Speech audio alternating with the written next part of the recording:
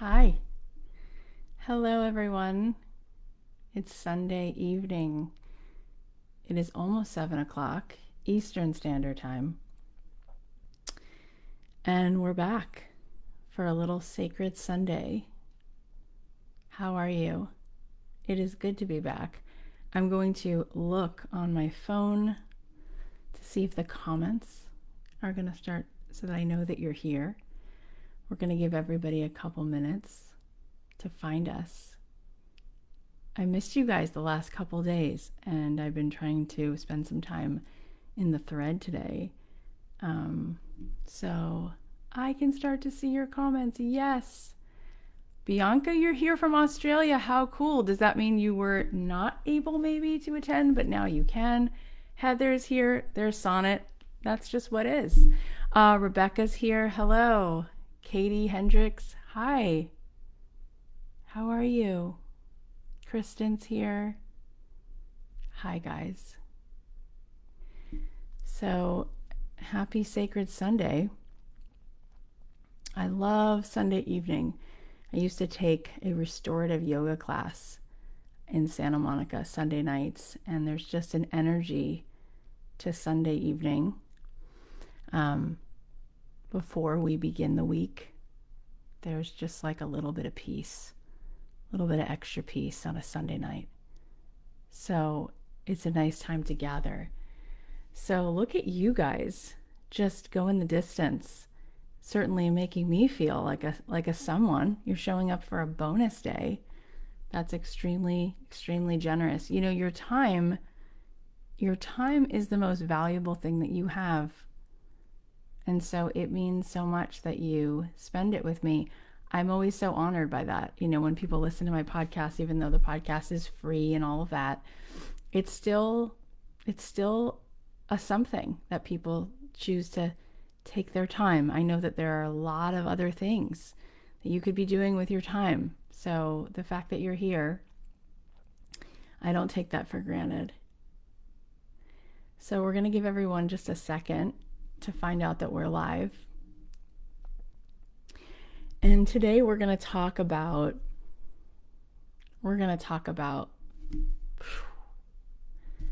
stepping into the portal, unlocking the door to the mystical, really finding our way to true abundance,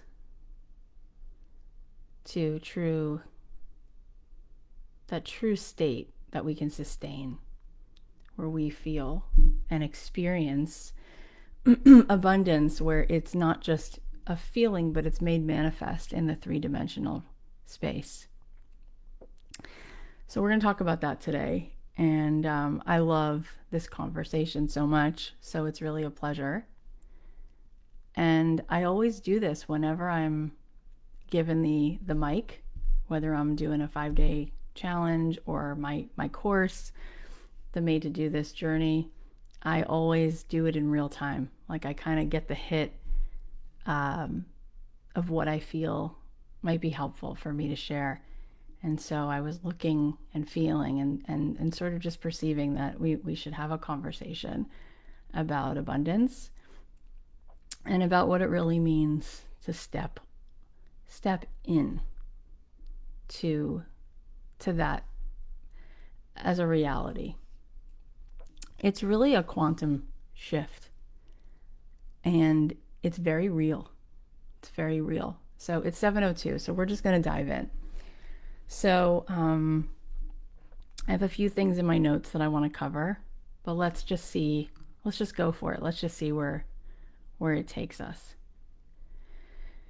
So, you know what just happened? I'm not going to turn my computer screen just in case I were to unplug something, but it just this second started to rain. So, and in Jewish tradition, rain is a sign of blessing and literally a sign of abundance. And just as I said that, you can hear like Edmund McCain's song, and I'll be, and he's like, you can hear listening to the rain. It's like right now, it's just raining. It just started. And so it is. So that's literally right on key. So here's what it is.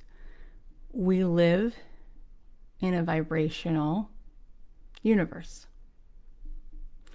And I love this because I love music. How many of you love music? How many of you play music?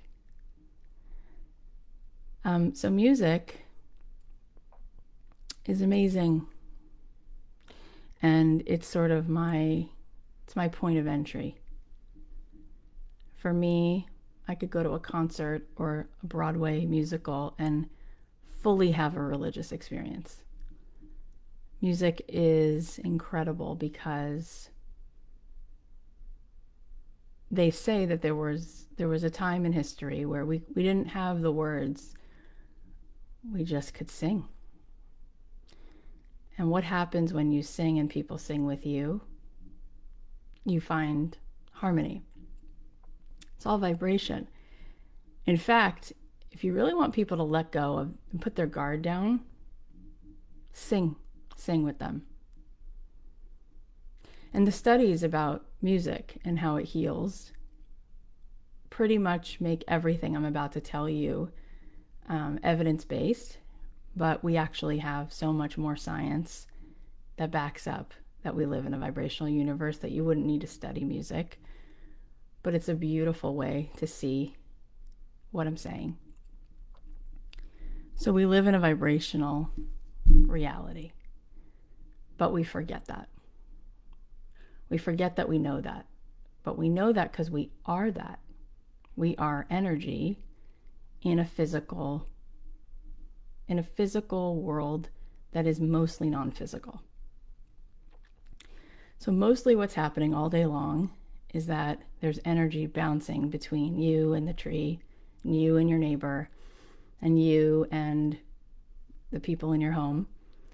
And there's energy, just that's all that's happening. 99.9% of all of this is energy, right? That's what atoms are. It's the big reveal.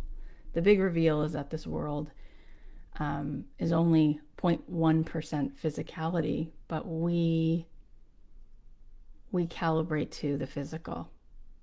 So what does that mean? It means that we perceive things backwards. We think that things are what they are, and they cause us to feel what we feel. We think that things are what they are, and that is just what's the reality. How many times have you heard people say, well, the reality is I can't afford this. Well, the reality is I don't have this. Well, the reality is, what does that mean? When you go to a science museum, I took my kids before the pandemic to New York. We saw a bunch of shows. It was so fun. And I'm so happy that Broadway's coming back. But we saw a bunch of shows. We went to the Natural History Museum, and you sit in that planetarium and you remind yourself of this thing that we're swimming in. It's called the universe. And the more you study quantum physics, you get what's actually happening. So it's backwards. We send out a vibration. We send out a signal constantly. And that's what's actually creating what's here. If you look through your own eyes, depending on what you're calibrating to, where you're at, you're going to see only certain things because there's a bias. And if there was a camera sitting next to you, the camera would see so much more than you see because the camera doesn't have the cognitive bias that you have. So what's really happening is that, and this is why I called this your soul's calling. So some people don't like the word soul. They attach that word to things that they don't feel comfortable with. So you can call it something else. You can call it consciousness, energy. But how many of you have ever had an acupuncture session? So this is Chinese medicine. This goes back very, very long time. It works. Why does it work? because when you take a needle, it's made of metal, you put it into the physical body, why is that working?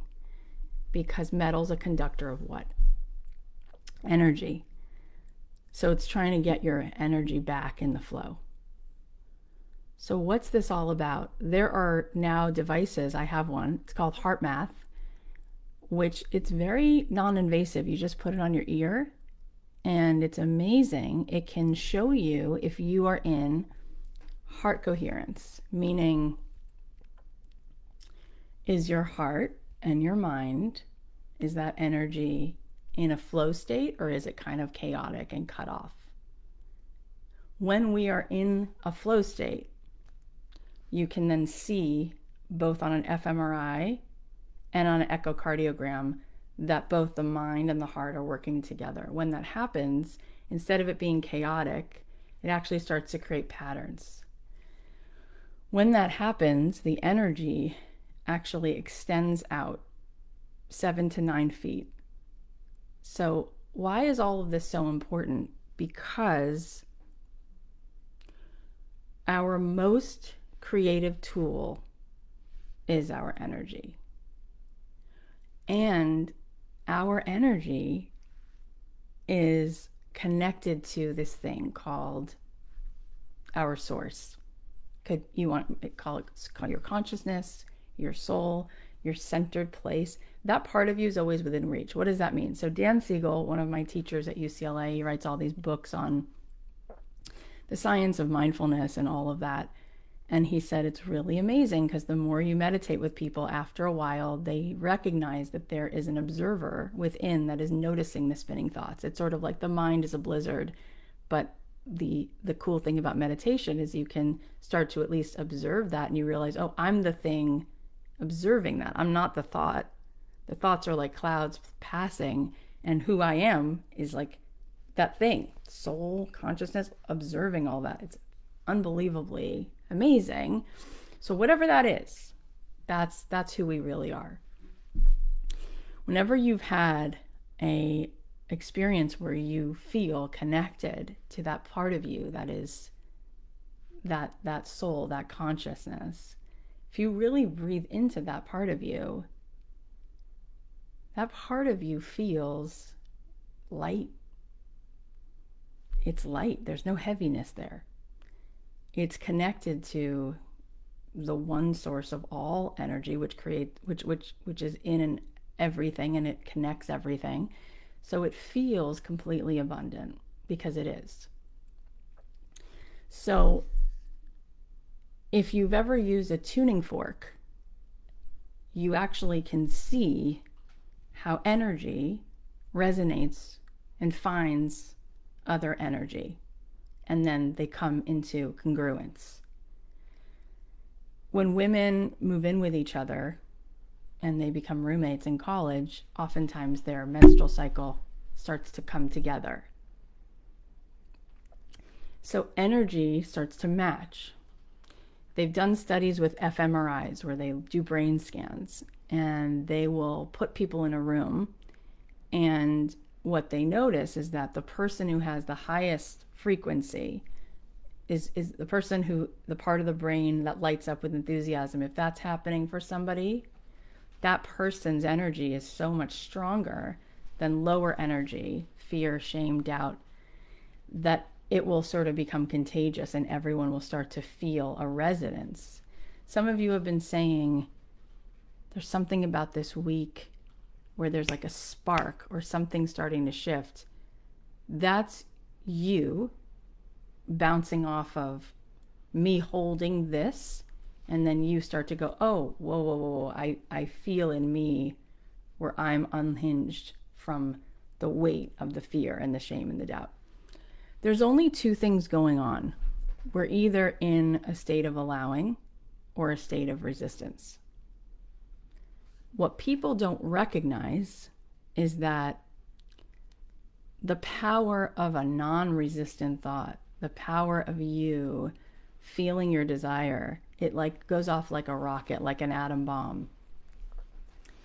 And what happens is when we recognize that by being in a higher state of vibration, we start creating, right? If literally, on a literal level, we actually can take images, photos, we can see that when people are in alignment with these more abundant, more joyful, more enthusiastic, open-hearted, compassionate places inside of them, when we are coherent with that, our energy goes out and extends 7 to 9 feet. That's why you can feel certain people, they walk in the room and they're like a magnet.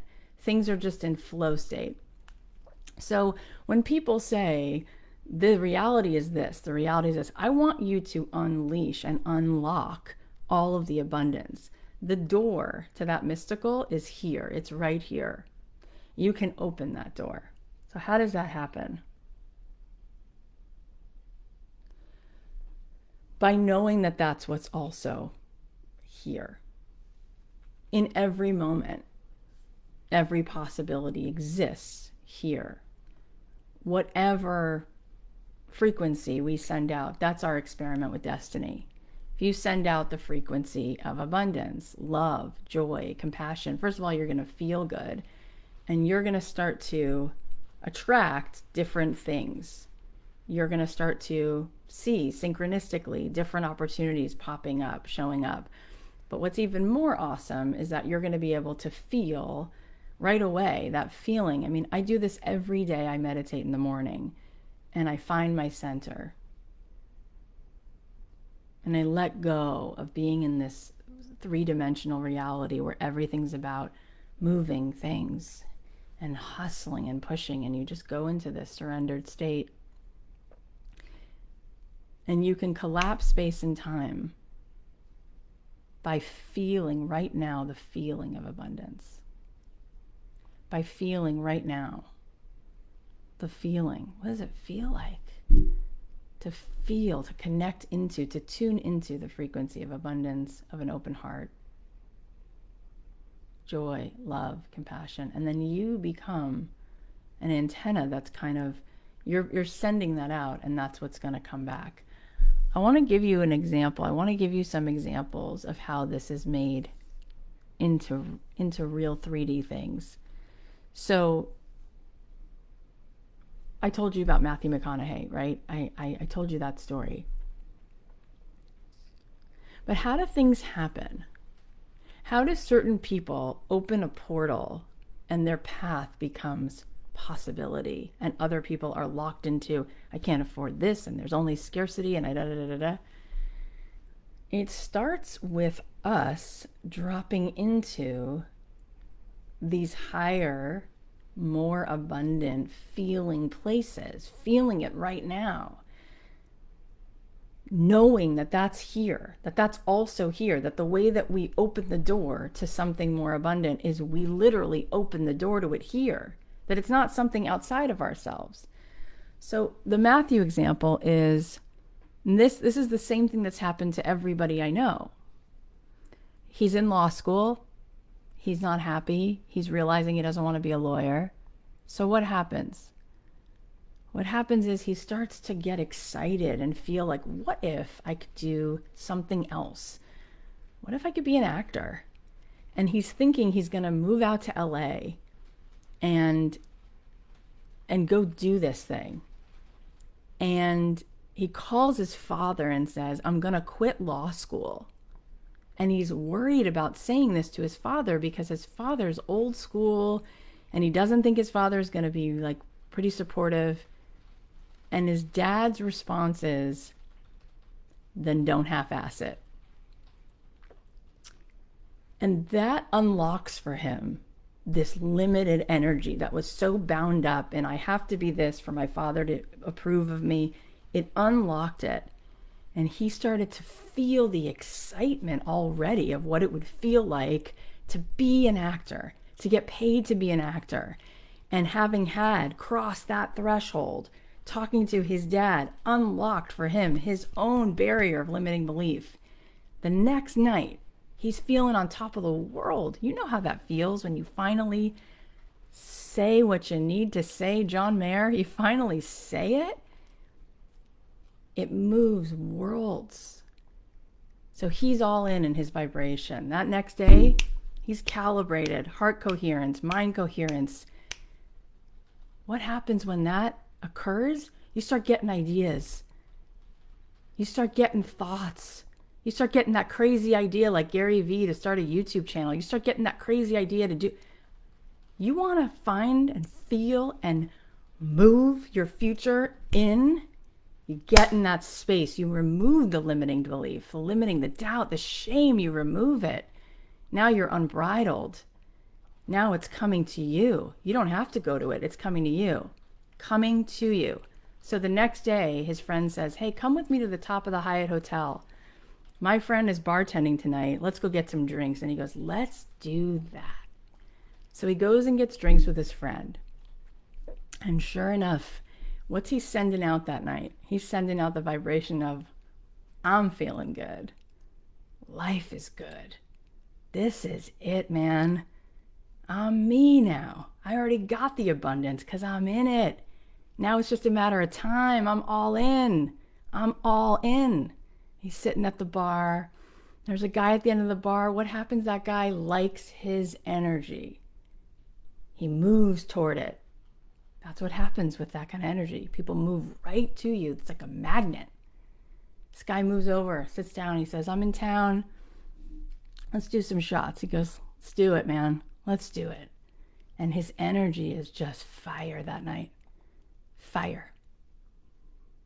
And this guy's drinking with him. And right before he leaves, he goes, are you an actor? And he goes, I am indeed. He says, what are you doing here in Texas? He says, actually, I'm going out to LA. I'm going out to LA this weekend. Packed up my car. And the guy says, well, lucky for me, I met you because I'm shooting a movie here in Texas. And we need a few extras. You want to be in it? And he goes, absolutely.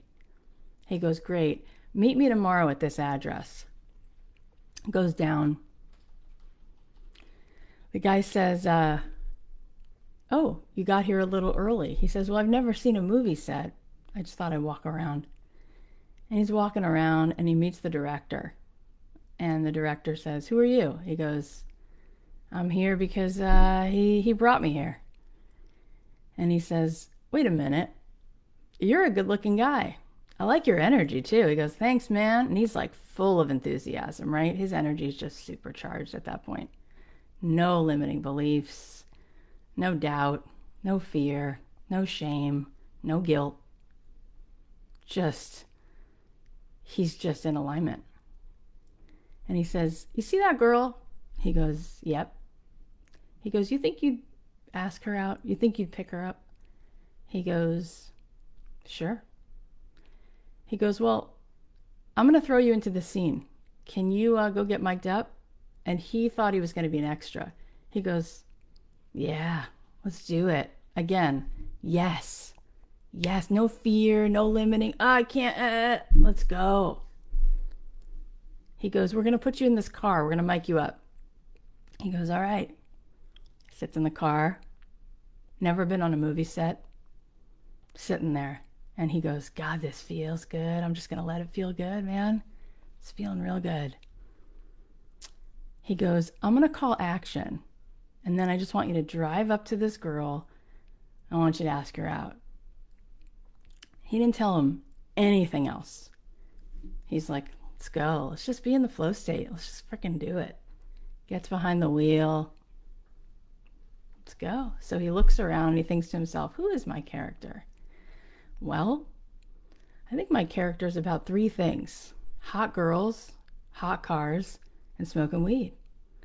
So he looks around and he goes, well, I got a hot girl, hot car, and the actor in the seat next to him says, do you want to smoke a joint?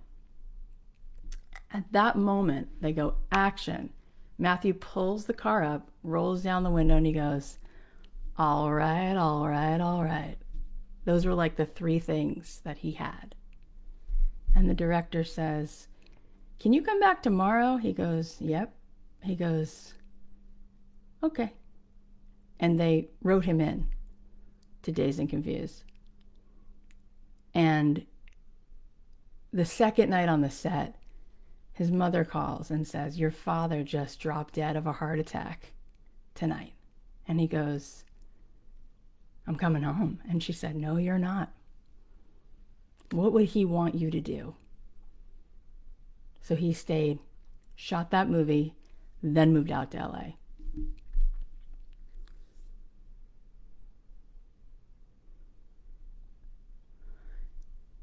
It happens first in the vibration.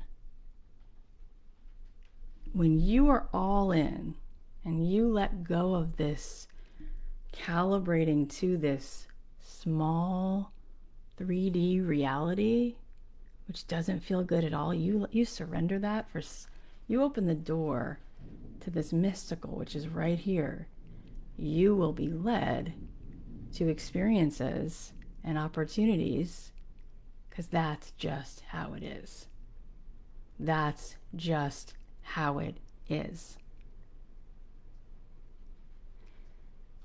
And his story, it continues to go that way. In fact, I'll just tell you one other part of it, which is when he got out to LA, he heard about A Time to Kill. And he said to his agent, I want you to let me audition for that part. And the guy goes, they're never going to read you for that part because you're not famous. And he goes, well, Sandra Bullock, you just told me she's going to be in it. She's only done one other thing. Why can't I be in it? He's like, they're not going to choose you. I'm not going to get you that audition. So he kept calling his agent. He's like, I just feel it, man. I just feel it. I know the book. I just feel it. I'm in. I'm all in. And so he kept hounding his agent and he said, you're embarrassing yourself. They're never going to choose you. And he's like, just enough with it, man. Like, let's just get me in there. And so the agent says, I'm going to let you audition, but on a Sunday, so you don't embarrass yourself, because I don't want anyone to see you walking in, because you're not going to get it. He calls his mom on Mother's Day on the way over on the Sunday of the audition, and he says, I'm auditioning for A Time to Kill, but they're not letting me audition for the lead. They're letting me audition for this part with like 5 lines. He goes, but I want to play this lead. I can feel it. And his mother says, don't you walk in like you're trying to buy the place. You walk in like you own it. He goes, all right, Mom.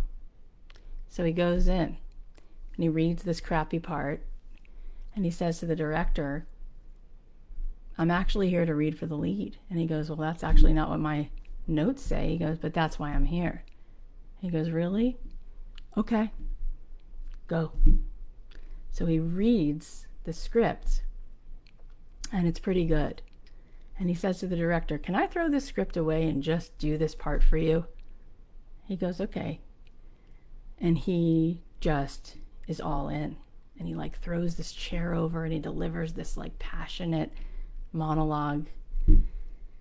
And the director goes back and says to everyone at the studio, I know you don't want to bet money on this dude. I know you want a blockbuster actor to bring people into the box office. He goes, I'm telling you, this guy is the guy.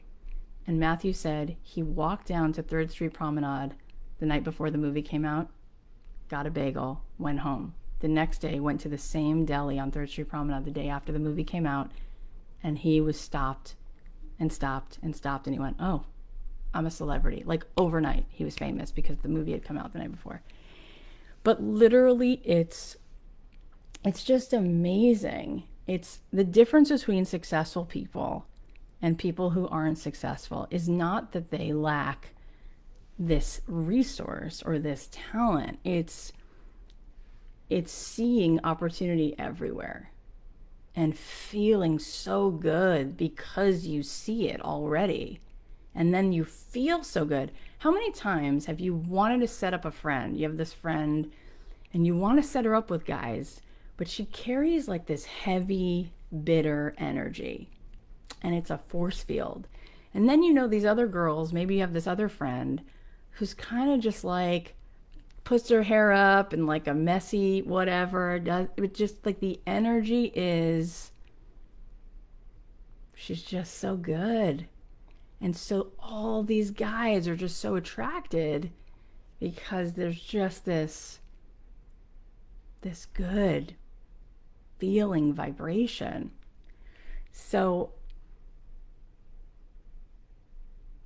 it takes 20 seconds of pure courage. You let go. You let go of that familiar, that constant limit. It's so exhausting, and it's bad for you biologically. It's so bad on our bodies. It creates disease. It's like we see the way limiting thoughts, what the cortisol does to the cell, and how there's no protein that's created. And then here's the crazy part.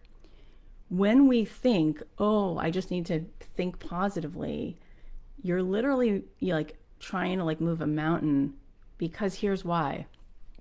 Our body creates receptors for these chemicals. And so just like a smoker whose body has now created receptors for nicotine, and those receptors are addicted and they want it, that body wants it. And if it doesn't have it, it goes through withdrawal and it makes you crazy until you get that cigarette.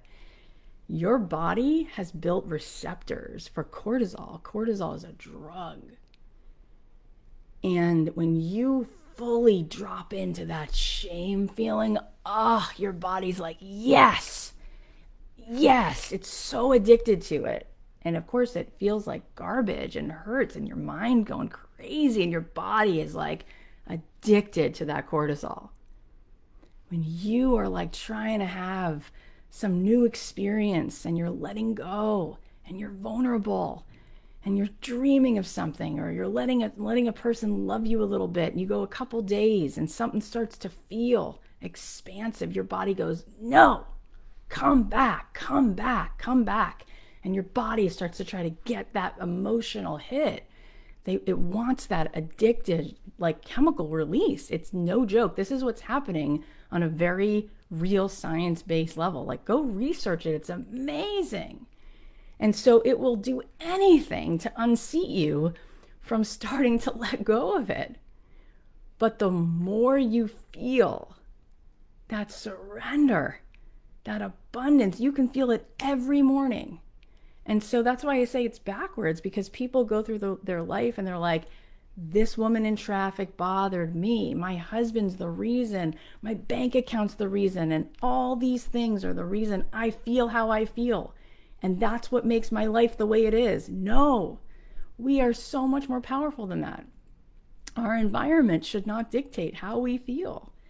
We can literally simulate the feeling of abundance. We can simulate calibrating to our soul, which is so infinite and awesome and pure and loving, and not just loving, unconditionally loving. And the more we feel that, that's energy. And now we start to move out of the body. We start to move out of those receptors. We start to come up, up, up, up. I'm going to tell you another story. So, how many of you know who Brian Grazer is? Brian Grazer runs a company with Ron Howard. It's called Imagine Entertainment. I'm sure you guys know who they are. They're the most successful producing team ever in Hollywood history. They made movies like Apollo 13, A Beautiful Mind, TV shows like Arrested Development. You know who they are. Brian has written books on this now, but I loved meeting Brian. I loved having Brian on my podcast. And Brian says, there's so much here. There's so much potential. There's so many possibilities constantly. The moment, just this moment, every moment is so fertile with this possibility. If we can just align with possibility, boom, there's the abundance. So he goes, you know how every project that's ever come, that's ever been birthed from us, from me, I've never had the agenda. I never know where it's coming. I'm bringing it in through the power of vibration. So when Brian was 23, 24, he didn't know what he wanted to do with his life. He was going to go to law school. I guess this is what a lot of people choose to do if they don't know what they want to do. Like, I'll go to law school. So the summer before law school, he gets a temp job at Warner Brothers, just a temp job. And one day his boss says, I want you to take this manila envelope to Warren Beatty. And he's like, oh, that's so cool. Warren Beatty, he's so famous. He was like the guy, the actor at the time. And Brian Grazer was a no one. And he drives to the Beverly Wilshire Hotel, the same hotel where they filmed Pretty Woman. And he goes up to his penthouse. And Warren was actually living there at the time in that hotel. He knocks on the door and the assistant says, thank you. And he says, no. This is legal stuff. And I actually have to make sure I hand it to him, which he made up on the spot. Good for him. He had like the chutzpah to just be like, and I got to give it to him.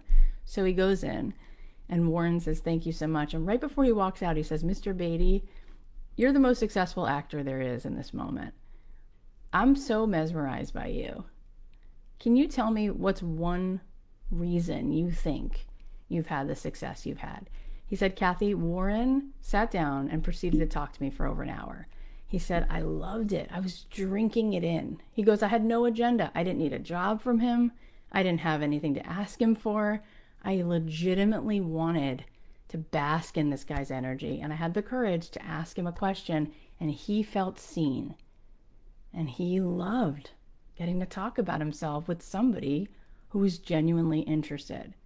P.S.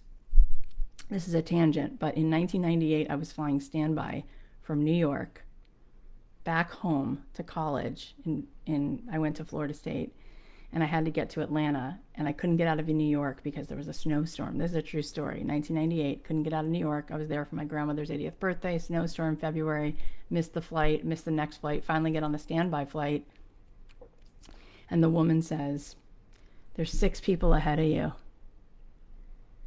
but I'll put you on the list. And I go, I really, really get that you've been on your feet all day. I go, I'm 18 years old. I'm scared to spend the night in this airplane. I really want to get on that flight.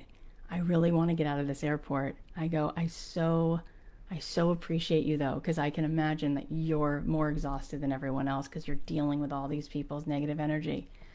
Long story short, she calls my name, Cathy Heller. I go up. She says, you're getting on the flight. I go, how did that happen? She goes, because you're the 7th person on the list. I go, yeah, so how did that happen? She goes, we had 1 seat. And the 6 people ahead of you are in a couple. They didn't want to get split up. I go, awesome. That makes sense. She says, but guess what? Because of the snowstorm, we got to get everybody out of the airport. You're getting the last seat on the plane. It's in first class. You guys, I was 18. I had never flown first class at that point. I get on the plane, and I'm sitting next to the hottest. I know I keep telling you these guys are hot. This guy was also pretty hot. Great energy. This guy was amazing. They're de-icing the plane for an hour. I start talking to him. He's wearing like glasses, a beanie, turtleneck. He's all like kind of like incognito. I get off the plane. I spent 2.5 hours hanging out with Michael Jordan. I sat next to Michael Jordan. And when I got off the plane and he took off all his stuff and I realized who it was, I was like, I can't believe I just spent 2.5 hours with this dude. We talked the whole time and I didn't know who it was. But I'll tell you why it was so awesome, because I didn't know it was him. And I said, what do you do? And he said, I'm an entrepreneur. He goes, what do you do? I go, I'm in college. And he said, what do you want to do? And we had this incredible conversation. He talked to me about how every single thing is all right here. It's about making a decision that we either play full out and live up to our potential, or we don't. And if we choose to, the opportunities will come. And I thought this guy was amazing. The reason I just went on that tangent is because I can tell you from a firsthand experience, like Brian Grazer, when you meet anyone, if you really are genuinely present, it doesn't matter if they're the king of the world. There's no person who doesn't love presence, true, genuine presence from another person. So Brian had this experience with Warren Beatty. And he got back to the Warner Brothers lot. And that day he said, you know what? I don't know what I'm going to do with my life, but I'm not going to go to law school. I'm going to do that. And he's talking to his buddy in the temp office. He goes, what's that? He goes, I'm going to have those kinds of conversations because I don't know why. I'm so buzzing right now. And I just know that that will lead me. Like, I just need to do that, like that thing. So he's that day just came back from Warren Beatty. He's looking out the window and he sees Ron Howard walking across this quad at Warner Brothers. And he screams out the window, Ronnie Howard, Ronnie Howard. And his friend goes, dude, that's so embarrassing. Why are you screaming his name? You don't even know him. He goes, I know, because I'm on top of the world. I just talked to Warren Beatty for an hour. I want to connect to these cool people. They're right here. Why can't I connect to this dude? Ron Howard looks up, doesn't see who this voice is, goes to his office. And Brian Grazer's calling his office. Can Ron Howard pick up the phone? Ron Howard picked up the phone. He goes, who is this? He goes, I'm the dude that just screamed your name. He goes, who are you? I don't know you. He goes, hey, I'm Brian Grazer. I work in building 103. Can I come over? I want to tell you something. And he goes, I never do this, but you're so excited. Fine, come over. He comes to his office and he's like, I think you're so awesome. Isn't it so cool? I saw you out the window. And Brian and Ron's like, this dude is insane. And so Brian goes, I think you're so awesome. I watched you on Happy Days. What do you want to do with your life? And Ron's like, this is why you came here? This is why you came here? Well, I have stuff to do. And he goes, I don't care. I want to know. I want to know. I'm so excited that you're here. I'm here. This is great. Tell me about you. Tell me what you want to do with your life. He goes, okay. I really want to be a director, but nobody takes me seriously. He goes, I do. He goes, we should do something. We should do a project. And he goes, why would I do a project with you? You're a temp in the office. He goes, because I have enthusiasm. Don't you see? I was willing to call your name out. I can make things happen. I can get people in a room. And he's like, okay, fine. He goes, I have an idea for a movie. He goes, I wrote it down like 2 years ago. It's about a guy who falls in love with a mermaid. And Ron's like, that's dumb. That's hokey. That's not going to sell. He goes, okay, what if I could make that sell? Would you direct it? And he goes, sure. If you can make it sell, I'll direct it. And Ron's like, I got momentum. I'm sorry. Brian was like, I got momentum. So he just starts to make phone calls and he's like, I got a pitch, I got a this, I got a that. He starts setting up meetings and they go in and everyone's like, no, that's dumb. And he's like, we'll do it. Anyway, long story short, Brian has the idea to reach out to Tom Hanks, who was like just up and coming, but he says to Tom, I got Ron Howard to direct it, and Tom's like, all right, I'll do it. So then they had Tom Hanks, they had Ron Howard, and Brian basically sold this movie and it became a smash success. And on and on. And Brian's like, honestly, Cathy, he goes, and you can hear this on my podcast. He tells the whole story, but he goes, every single day of my life, if you ask my assistant, I say to my assistant, don't like book me meetings with like things and like whiteboards. He goes, just book me a meeting with an interesting person who I don't know. And I don't care what the agenda is. I don't care. So Brian says, some days I meet somebody who's like a master at teaching Mandarin and I just have the best time with this person. He goes, one day my assistant booked me a meeting with this really cool person who is an astronaut, and I'm sitting and I'm listening and I'm like, oh my God, this is a movie. And he goes, Apollo 13, that's how it came. He goes, when you're not forcing and there's no agenda, you're just literally open. Like there's possibility everywhere. There's momentum everywhere. That's how things come. Another example of this same thing is my friend James Altucher, who has an amazing podcast and one of the biggest, most profitable blogs. And he's like, literally, Kath, he goes, every major success I've had came from giving ideas away to somebody else. He goes, like, I'd be listening to another podcaster and I would think, this person's so genius. They could write a book about this, this, and this. Here'd be the 5 titles. And I'll send off emails like that. He literally makes like idea pads like this. And every single day, he'll find someone else in the world to give an idea to. Like literally just give it away. And he goes, I like doing it. It's really fun. He goes, it keeps me sharp. And 9 times out of 10, the person responds and says, That's like an amazing idea. Do you want to work on that with me? And sometimes he's like, yes, great. And sometimes he's like, no, that's for you, but you should do that. You should do that. And I'm telling you, like, that's literally every time I've built something or done something, it's just like, what's here? No agenda. Let's go. All I can tell you that's here is it feels good. I know that there is abundance. It's only abundance. When I moved to LA, I'm talking about a girl who there's no trust fund. There's single parent family. There's coming out to LA. My mom's dealing with her mental health. At that point, my dad and I hadn't spoken in about 7 years. I'm just going out there like every other kid who needed a day job, all the things. And I actually worked in a casting office at Butte and Murray. I worked on the real world and rode like in a casting office.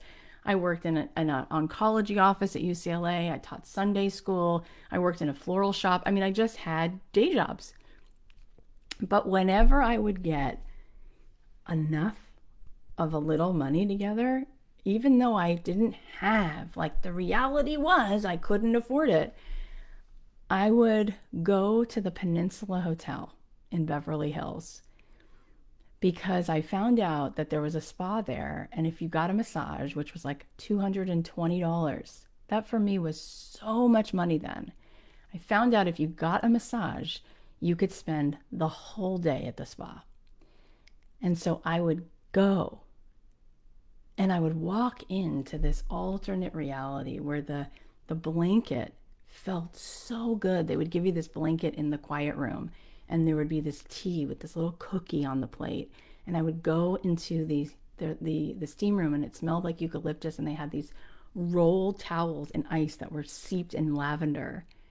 And I would feel what it felt like to just feel that good. I'd spend the whole day there, and I'd be like, we all belong here. It's so empty. Like nobody was enjoying it. It was amazing. It was so good. I just enjoyed it so much. And my friends would be like, how can you afford that? And I'm like, how can you afford not to do that? How could you afford not to go spend a day plugged in? Let it wash over you. Do you know that my friend James Clear wrote a book called Atomic Habits? I said, what's the most important habit? He goes, Kath, and you can hear this on the podcast. He goes, when I first wrote this book, people asked me that. My editor asked me that. I said, I don't have an important one. They're all important.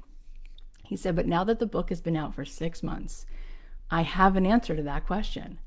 The most important habit is who you spend time with. We become, research shows, we become the sum total of the 5 people we spend the most time with. We become like them. We start thinking like them. We calibrate to them. That literally becomes that little elephant with the chain around its foot. That's its perimeter. That becomes our cage. He said, so now I see that if we spend time with certain people, we develop totally different habits because our identity starts to completely shift. So, and that's so true, right? You think about like your kids and like who they're around, or you even think about yourself. Like you go out to lunch with a certain person and you're like, why is she gossiping? Why does this feel bad? I don't like it. And then there's other people, they just bring something better out of you. So I used to say to my friends, you just told me you can't afford to spend $220. I get it. It's a lot of money. How can you afford not to? Like I go there for the day, I walk out, I'm just shifted. When people, this is what I'm saying, when people ask me about me to do this, I mean it. It's a quantum shift. It's a paradigm shift. It's opening a door. That's an invisible door, but very real. And it's a new reality. It just is. And then it's what is. And then it's what is. And then it's what is. And so it is. And so it is. And so it is. So when people say, I want abundance, first of all, just saying it like that, you're in a state of scarcity because it's not outside of you. It is you. It's right here. Boom. Once you drop into that, you're going to go, oh my God, I had 3 ideas. Oh my God, I went to lunch with someone and I was in such a high vibe and we had this conversation. You know what we're doing? We're starting a podcast. We're doing this like boom, boom, boom. The abundance is here. But in order to get the physical manifestation of the abundance, you have to be in that flow state of abundance. And then the thought comes, the idea comes, the inspired action comes from the idea. The energy you give off is in alignment with that. And then the people who are in alignment with that abundance, you guys start coming together. You guys start doing your thing. I just had Cheryl Hines on the podcast, who plays Larry David's wife on Curb. And she said, I went to audition for that part. It was supposed to be a 1-hour special. We get on the set to shoot the 1-hour special. And Larry's like, I actually think I could do this. I like this. So I'll do it with you guys. And she goes, and then overnight, all of us who were unknowns, who were cast in a pilot, because he took that step and then we all enjoyed it, it was a yes and an and a yes and a yes and it's been 20 years. 20 years. So we are so calibrated to the physical reality, the 3D. We are so calibrated to the negative, the low vibration. We spend so much time around that. That's all that. Think about the news. There are so many talented producers in the world. Think about how possible it would be to show and capture like the high vibrations, the things that are happening. They don't capture it. So they're constantly showing you like, this is where fear and shame and doubt, like, you know, blow up, and look at what it does to people. And they think that that's what's going to sell. So we just keep getting like brainwashed, you know, into this reality. My good friend, Rachel Platten, she wrote this song, Fight Song. And, I had her on the podcast too, but she's become a good friend of mine. And the story is that she played that song, not another song. She played that song for almost every record label. And they were all like, no, don't hear it. And instead of going like, oh, no, her parents actually called her, and her parents are like therapists, and like they wanted her to be successful. And they said, Rach, we love you, but we're going to cut you off. Like, we're not going to be able to like keep funding your musical dreams, because we actually want you to take responsibility and like go live your life and do something with your brain. And she was like, great. So I'm just going to like keep doing music, because I just know that like this just is what is. So she had this thought, okay, so the record labels don't want to sign me, but I want to sing that song. So she said, where could I sing it? Where could I be in abundance with this song? Where could I get this from my heart into someone else's? So she goes, what if I went to the hospitals and I sang for cancer patients? How would that feel? So she starts going every single day. This is my fight song. Take back my life song. Choose on my right song. You know the song. And I don't really care if nobody else believes. So she starts going like over and over and over again. And one of the nurses says, you have to let me play that song for my brother, because every time you come in and you sing that, every person on this floor gets better. So she goes, okay. So this nurse had a brother who was a DJ, and she played it for him, and he goes, that's such an amazing song. I want to play that song. And he played it. And then the hospital decides we should make a video of all of us singing this. And they do. And it goes viral. And then she got the record deal. And so it is.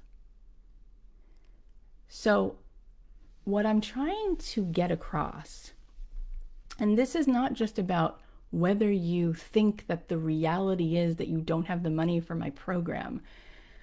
I'm sitting here fighting for your future. You have to be obsessed with the vision of the future instead of obsessed with the memory of the past. And right now, you are obsessed with the memory of the past, not just what it looked like, but how it felt and how you believe it continues to dictate how life is. And that's the quantum shift. Instead of saying, I can't afford it, you have to go, oh my God, I'm rich. Oh my God, I'm needed. Oh my God, I'm breathing. That means in this moment, all physical manifestations are possible. And then your heart opens up, and now you're 7 feet bigger, literally. Now you start putting out a different energy. Then you get a hit. Then you get a hit. You actually literally turn the engine on for your brain to finally give you an inspired idea. Then you put it out there. Then people receive you. Now 15 new opportunities come to you, and you go, oh, there's the 3D manifestation of the abundance. Just like that. Whenever you sell anything anyway, whether you're watching someone on Instagram, whether you're in this program, whether you're walking into Bloomingdale's and you're meeting with the person who's like selling you this ring, you're never buying the thing. You're as Malcolm Gladwell told me, there's an immediate gut. You're either bought in or you're not. And you buy in within 4 seconds based on the person's energy. The person, we literally get hit like a whip, like people, like their energy comes right at us, and it's either like a boomerang, and we would just like want to repel it, or we want more of it. And then we're like hypnotized by it. So you can say, I can't, and I can't, and I can't, and then you can't, and you can't, and you won't. And then you'll keep that part of your brain like a zombie, like cut off. And you will just keep calibrating to what you can. And you will look for evidence of what you tell yourself is true. So you'll say, I can't. You'll go, see, I can't. He can't. And she can't. And it's not. And it's bad. And your body will go, more. I love this. I'm addicted to it. Let's go. Let's go. Let's go. And then you'll be like, these are all the reasons why I can't. And you'll be in that low vibration. And so it will be. But if you step into this abundance, which is literally right here, you step in and you reach for your soul. You reach for you, the you of you, that consciousness. You realize, oh, I'm really living in a vibrational universe. Thank God. Nobody's like objectively deciding that because I have this hair color or because of it's all energy. It's all energy. It's all energy. People are attracted. People literally get moved out of lower vibrations when somebody comes in the room with enthusiasm. So if you have open heart, if you have compassion, joy, enthusiasm, you literally love people into life. Their life force goes up. We literally see that in the data. So if you walk through the world like that, it's just like setting off atom bombs everywhere you go. And when that happens, it's done. It's already done. Like once I started to drop into this space, it's a state. It's not a physical place. It's a state. When I'm in that state vibrationally, there's no end. There's no end. And it just feels so good. I say to people, why on earth would you want to continue to suffer that way and like keep living in this lower vibration? Why on earth? When you right now in this moment, you could drop it. In this moment, you have access to higher vibrations. You could drop into abundance. You could reach. You could lift. You can lift up. The same way that, well, honestly, this is how it works. Like the same way that if I talk to you about chocolate, your mind starts to think and your body starts to feel. And next thing you know, your mouth will literally start to salivate. Same thing with a sexual experience. If I start to talk to you about somebody who you think is really attractive and I start to describe like your body will start to think it and feel it, and you'll start to get like turned on, right? Your body physically reacts. Same way, if you start to think and feel abundant, if you start to think and feel compassion, joy, open-hearted, your body starts to live it already and feel it already. And then it's amazing how that changes how good your day gets. It gets really good. And I just think there's a lot of lies like, well, the reality is life is hard and that feels like crap. It's like, that sucks. That just sucks. That's such a waste of us. It's such a waste. How about the reality is it can feel so good. It can feel so good. It'll scare you how good it feels. How about the reality is you are meant to change the world, not somebody else. You can do it. It's incredible what you can do. It's about us. It's about us opening the door, right? So this is what I wanted to talk to you about. And, you know, when I do these 5-day challenges, I kind of like start off, I talk about this a little bit, and then I talk about other things because people often, they need to kind of be open and ready to really listen and hear the truth. And so I figured I started to talk to you about it, but I wanted to like spend an hour and talk about it tonight. I could literally sit here until the sun came up and give you story after story after story. I'll tell you one more story. I have so many ways that I can articulate to you that this is true. But I don't actually need to, even though I'll tell you one more. I don't really need to because you've known it your whole life. Our default is joy. Like, think of yourself as a child. Think of yourself as a baby. How easy it was to smile and make other people smile just looking at you because they calibrated to your resonance, which was just pure joy, unconditional, abundant, supernatural grace, right? And then we lose it because we calibrate to our parents' lower vibrations or somebody else. It's just, that's what starts to happen. But some people don't. And some people keep firing and wiring into something that is just so much more abundant. So, another story like this is on a different plane, but when I was dating my husband, we broke up. We broke up for 7 months, and then we got back together, and we were together for another year, and then we got married. When we broke up, I was in so much pain that I was kind of reliving my parents' divorce. I was reliving trauma that I hadn't even known how to feel earlier on. So I was in so much pain. I was in so much pain that I felt that if I went to the ER, they would be able to see my heartache on an x-ray. That's how much my heart hurt. And I got to a place where it was like one of those like Jesus take the wheel moments. I couldn't literally do it. I was like so uncomfortable, so much pain. And I went this one day to this tea house on Melrose, and I was sitting in the back writing in my journal, and I could barely write. My leg was shaking, my hand was shaking. And I closed my eyes and I just sent out a request from the universe to let me know that I would be okay. And for the first time, I had the thought to do that. And what I heard back, what I felt back was, you're already there. You're already there. Take a look around. So I was just like, I felt this feeling of it's okay, it's okay, it's okay. It's okay. And I stopped writing and I just sat there for a while and I just felt like, oh, this piece is within reach. And I realized that maybe that breakup had been a gift because it let me actually deal with the trauma and the PTSD of my parents' divorce, which I had never been able to feel as a kid, but then I could like feel it.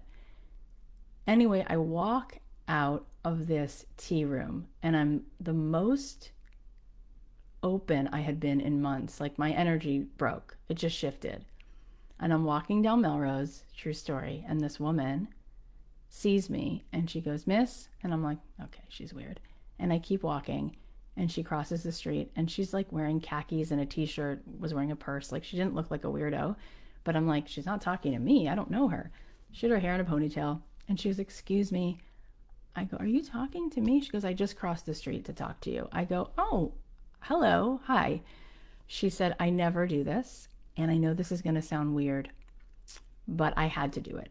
And I said, "Okay." And she said, "It's going to be fine, and you're going to get back together. And I just needed you to know that." And I go, "What in the actual F just happened?" And she goes, "I know that this is weird." She goes, "I have this like psychic ability, and I usually don't do that. But I just knew I needed to tell that to you, and I did." And I was like, no, that doesn't happen. And she goes, it is a thing, but I want you to know it's good, and you guys will be good." And then she doesn't ask me for money. She doesn't give me her card. She goes, it's gonna be good." And I'm like, this is insane. And I go in my car, and I kind of forget about it. And Pamela Brody, who's one of our ambassadors, was with me 3 months later at Dupar's, which is a like a diner at the Grove, at the farmer's market. And we had gone to Barnes and Noble to get like books and journals and whatever. And my husband and I at the time were dating. We're still broken up. And we go to get pancakes at midnight, because that's what you do when you're 28 or 9. You can go get pancakes at midnight. And we're sitting there eating pancakes and whatever, breakfast. And in walks a group of people who look like they just came from a wedding. And they sit down at this table. And I say to Pammy, that woman looks really familiar. Whatever. And I'm just going to eat my pancakes.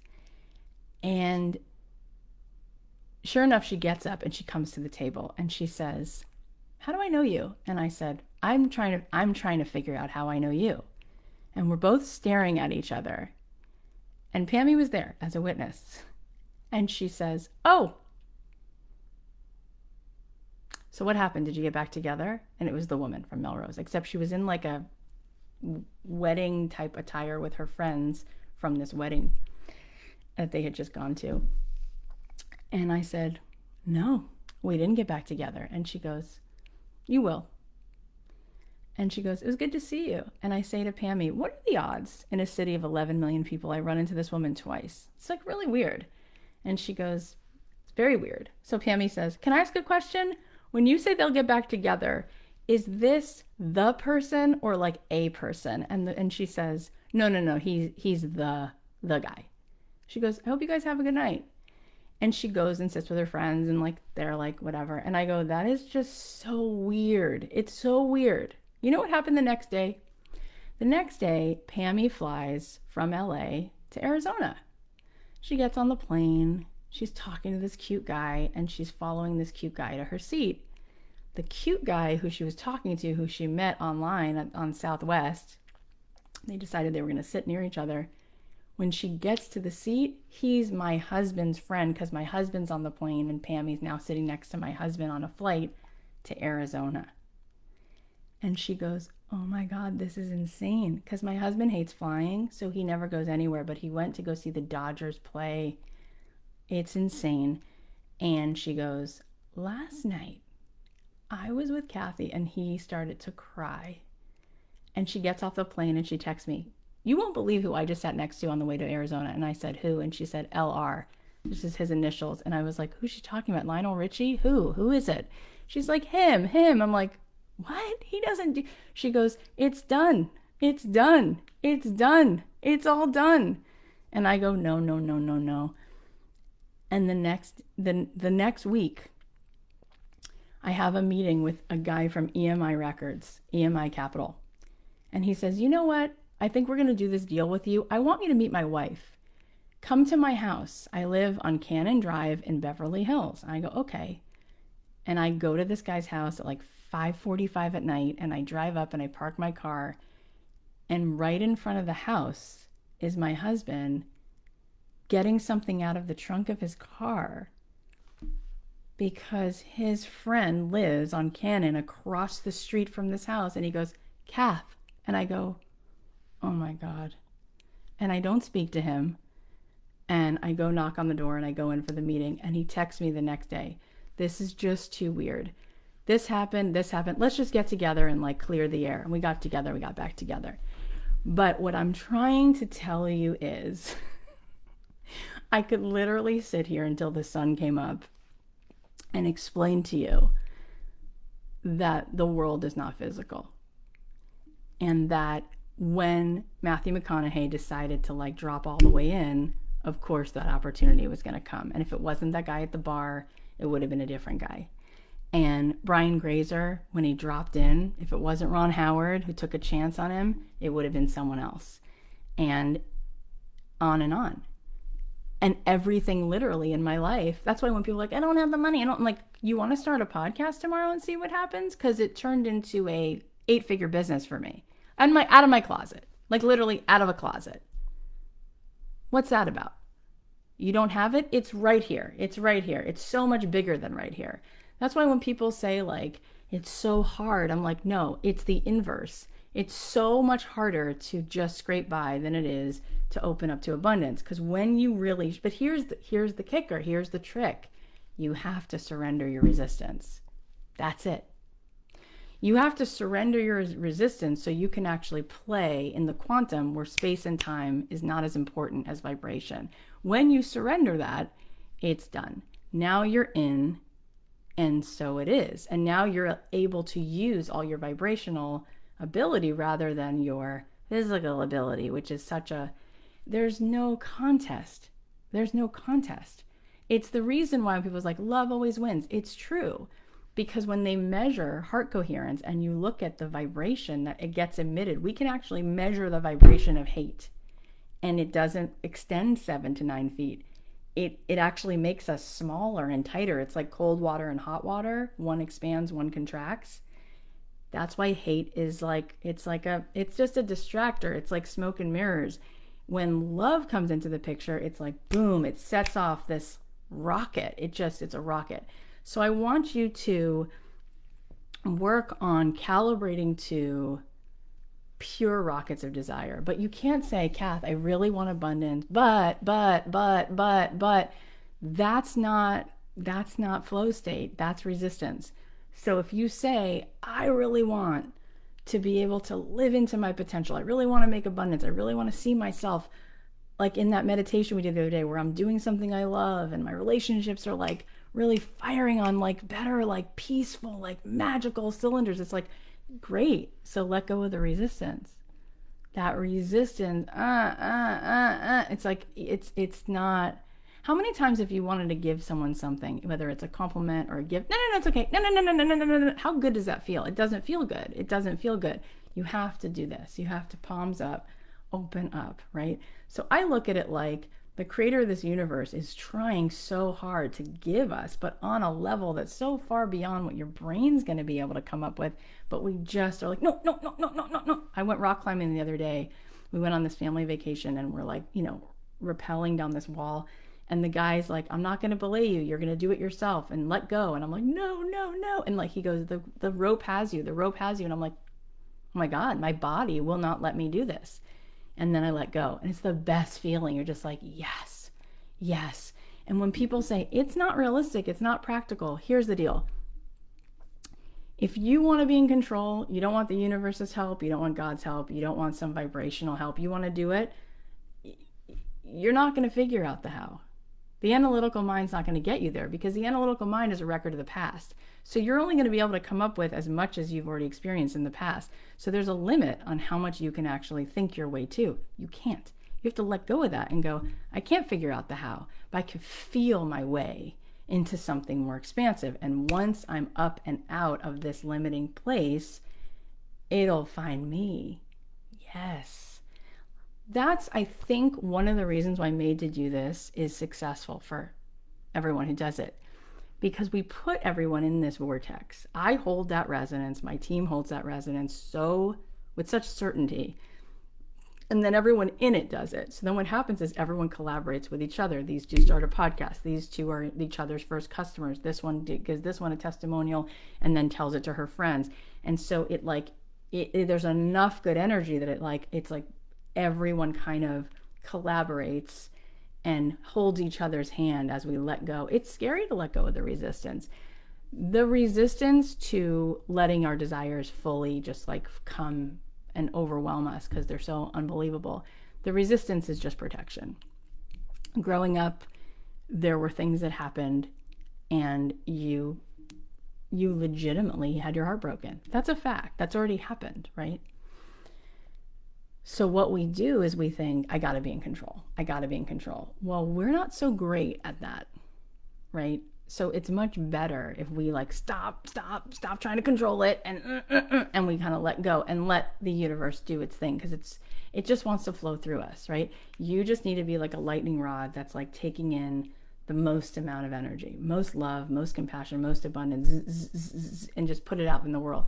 And you start calibrating to that. It's like, well, how high is the sky? How high is the sky? There's no shame there. There's no doubt there. Your soul's not ashamed of having.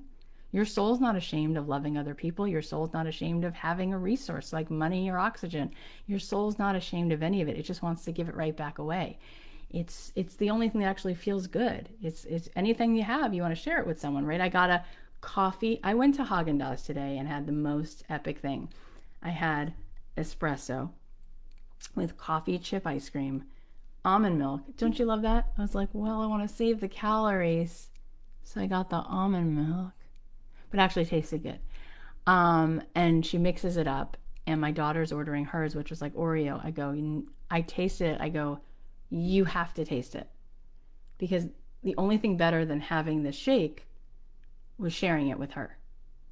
And as soon as she appreciated it, I liked it more.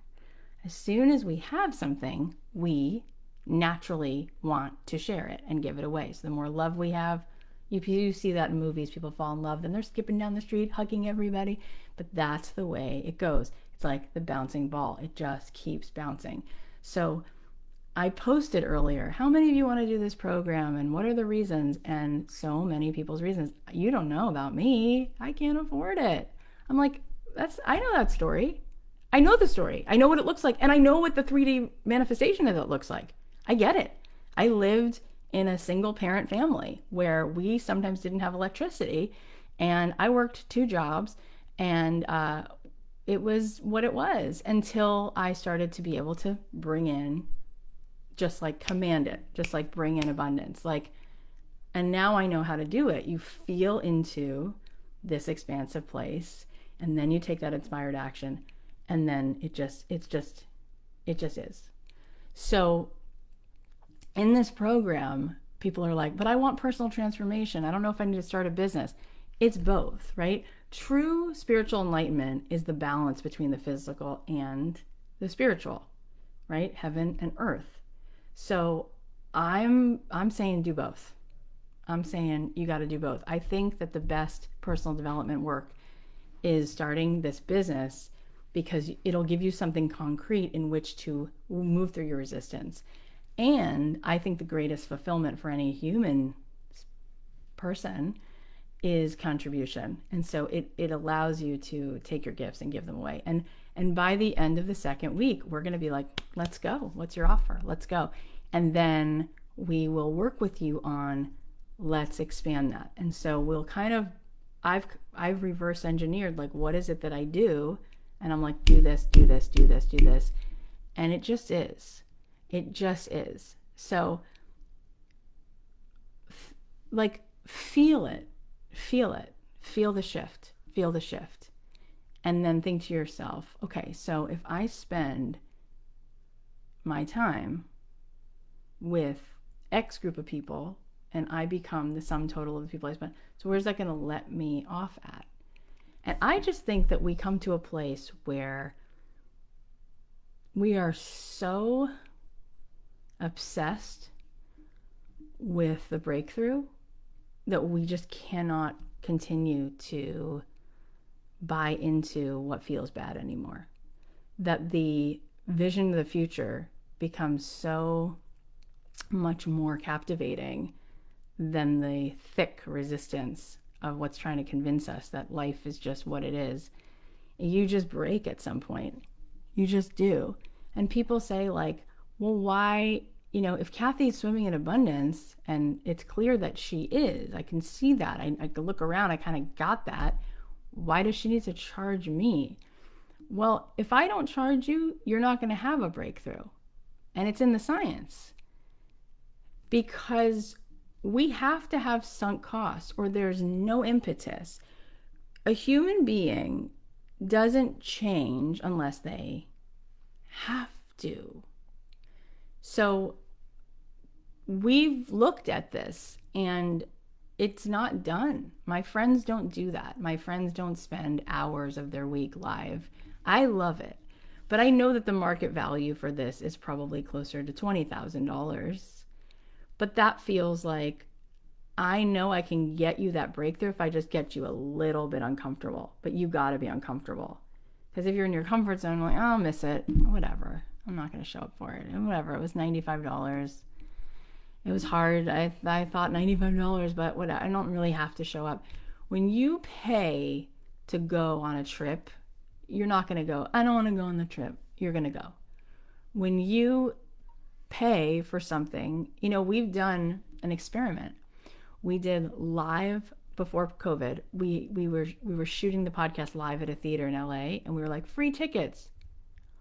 When I tell you that we had like incredible guests, Colby Kelly, all these fun people, Andy Grammer, like we had all these people lined up. And I was like, free tickets at this theater. You can spend 2 hours, see it live, Q&A.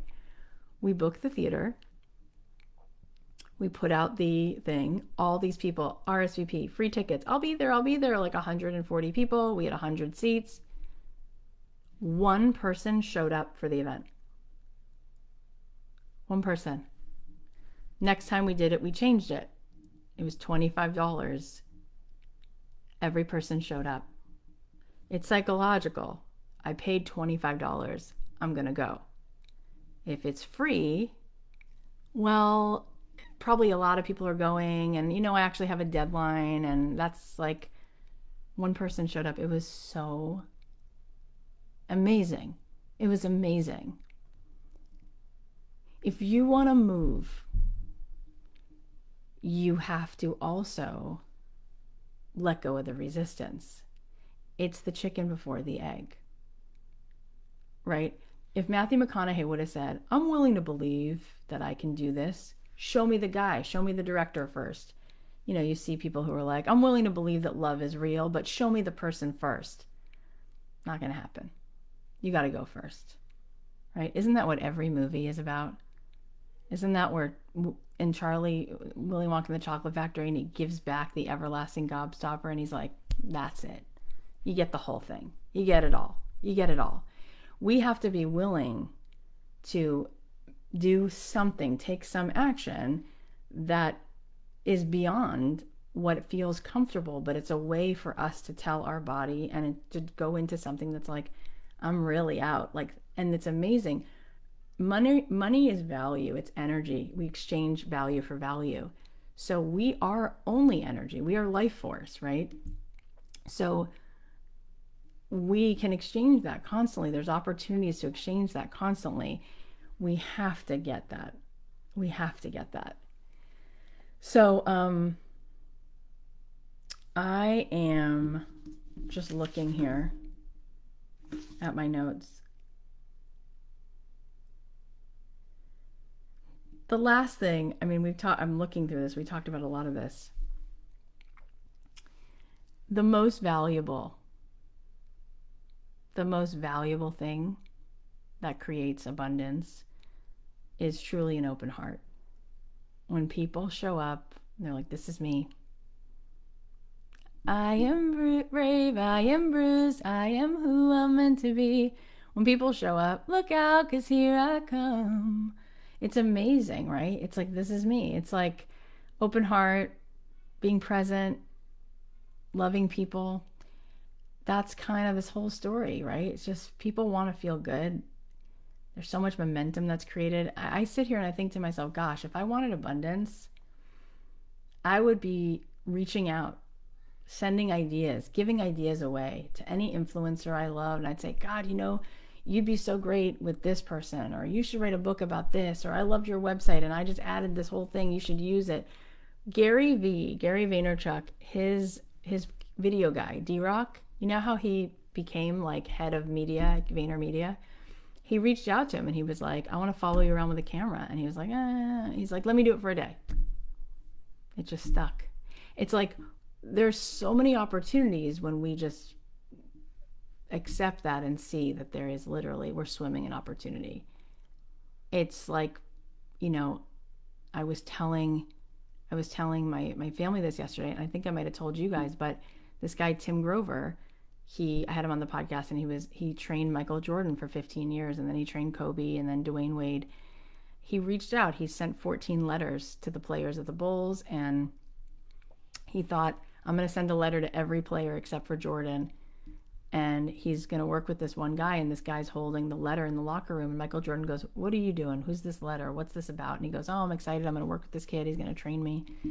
And he goes, he's not going to train you before he trains me. He's going to train me first.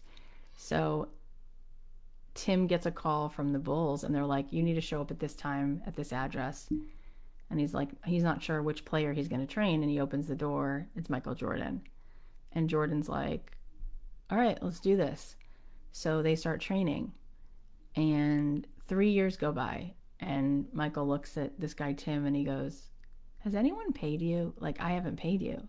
Has my team paid you? And Tim goes, no, no, sir.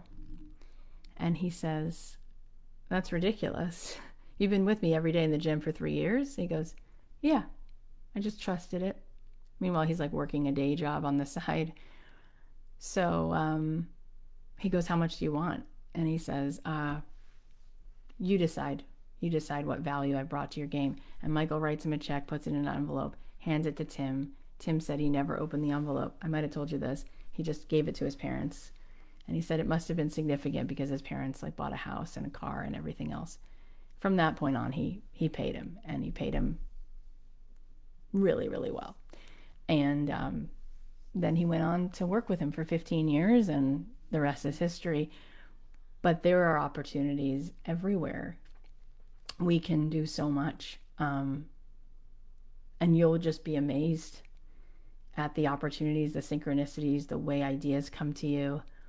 But you're not going to find that evidence in those ideas when you keep telling your brain, I'm going to lull you to sleep because I'm just going to keep telling you it's not possible, it doesn't exist, I don't have it, da, da, da, da, da. For every thought you think like that, 17,000 thoughts get fired and wired. But if you think there's clues everywhere, there's abundance here, I can do this, I can feel it. And when you feel it, the feeling is more powerful than the thought. The heart is like many, many, many more times more powerful than the brain. You know, the heart's created first before the brain. So you feel it, you start setting off rockets of desire, and it's amazing. It's amazing what happens. So in any case, let me tell you what's going to happen. I'm going to get off now. I love this conversation. I believe, let me look to see if my team texted me. I believe that there are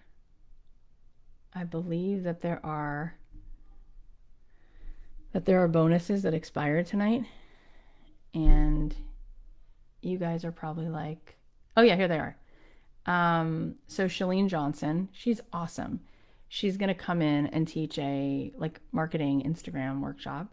That's a bonus. Also, my friend Laura Belgray, who's one of my favorite humans, she's going to come in and teach you guys how to write copy to make you sound like a you, like a person. So she's going to come do a bonus on email. And then we're going to give away some like templates so you can drag and drop some stuff that's going to like actually open people up to going, oh, I can see and hear this person because it feels authentic and real. So those bonuses expire at midnight. I know there's a couple people who DM me and said, the server was down and then I just thought it was over. So if you had a problem like that Friday night, the server went down on Thinkific. And so I know a couple people were like, but I was there, I tried.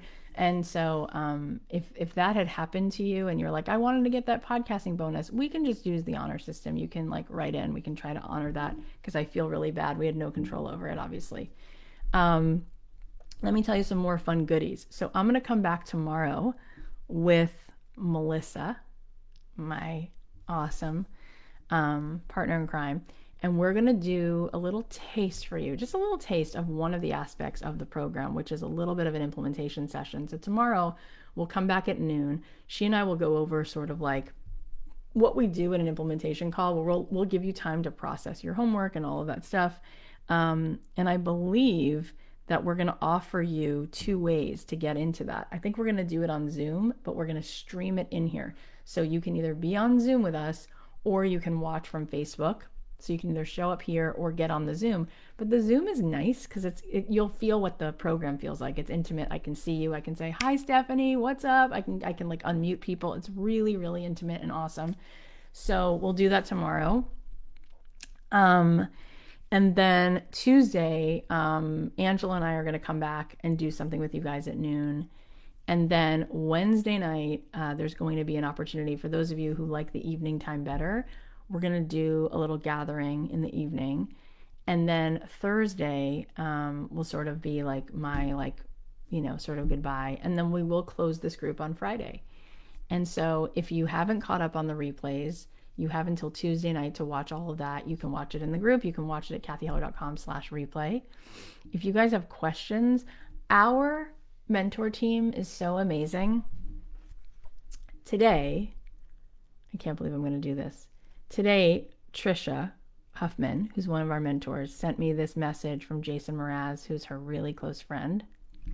Hey, Cathy and team. It's Jason Mraz here. I'm hanging out with Trisha Huffman. I don't know if you could hear that. Could you guys hear that? Hang on, I'm going to put it on speaker. I literally was sobbing that he texted this message. Let me play it again. Hey, Cathy and team. It's Jason Mraz here. I'm hanging out with Trisha Huffman, who has been over at my house, working on her stuff and working on your stuff. I hear you guys are up to big things. Thanks for making the world a better place through dream realization and dream fulfillment. Thanks for being cheerleaders for everyone's dreams. I get touched just hearing about it. Keep up the good work. Oh my gosh. So that happened today. Our mentors are amazing. So you should be utilizing it. Like, I didn't just pull together, like I said, like a group of people who I don't know, who have no training. Like, all of the mentors are such solid humans who live in abundance. Trisha is one of those people, and they're literally available to you right now. So how could you not take advantage of that and reach out and say, hey, here's what's coming up for me. I want you to get so obsessed with the vision of your future that this reliving the past just stops being interesting. And that's what Made to Do This is about. Made to Do This is a decision to do it. And I said it's not for everyone, because we don't want you to sit back and watch videos. There's none of that.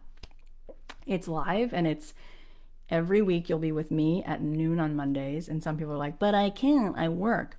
Okay, what if you said to your boss, that's the hour that if I do that hour, I will be better. I will be better at everything else if I can figure out how to be there. And let's say you can't. We got you. All your mentor sessions, when you enroll, you get to choose your mentor time. That session, each one of our mentors has a session with a small group. You get spotlight, question, answer, feedback, one-on-one. All that happens in that group. You get to choose your time zone.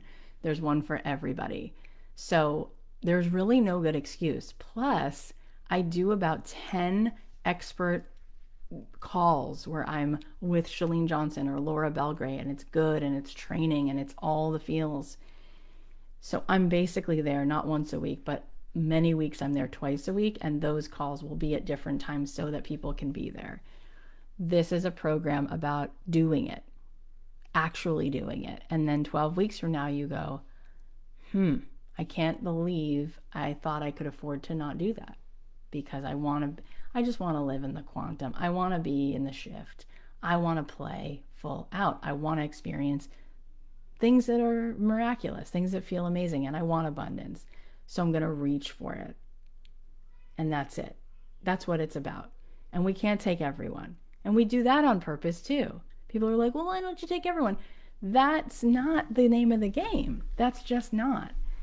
We make all these choices. So that's my choice. I hope that you guys are enjoying this. We'll be back at noon tomorrow. The group will close on Friday. Enrollment closes Friday. But tonight, if you're going to enroll anyway, enroll tonight. And there is a 2-week refund period. So if you get in the program and you go, enough, it's not different than the challenge. It's different. It's like specifics, weekly things to do and steps, and so much that it's so beyond this. This is like a taste of what that is. But if for 2 weeks you're like, I can't, I don't, you're out. It's fine. We don't say, no. It's like, fine, you can leave. So you have that. Feel it, process it, know what's good for your gut. It's all good with me either way. And I hope that you got something, a big something out of this. It's a coming home. It's coming home. I hope you guys have an amazing night. I love you. And I'm coming back tomorrow because it's just too fun. So I'm going to go watch In the Heights with my daughter. Have you seen it yet? I saw the Broadway show. Guys, have a good evening. Thanks for being here. Bye.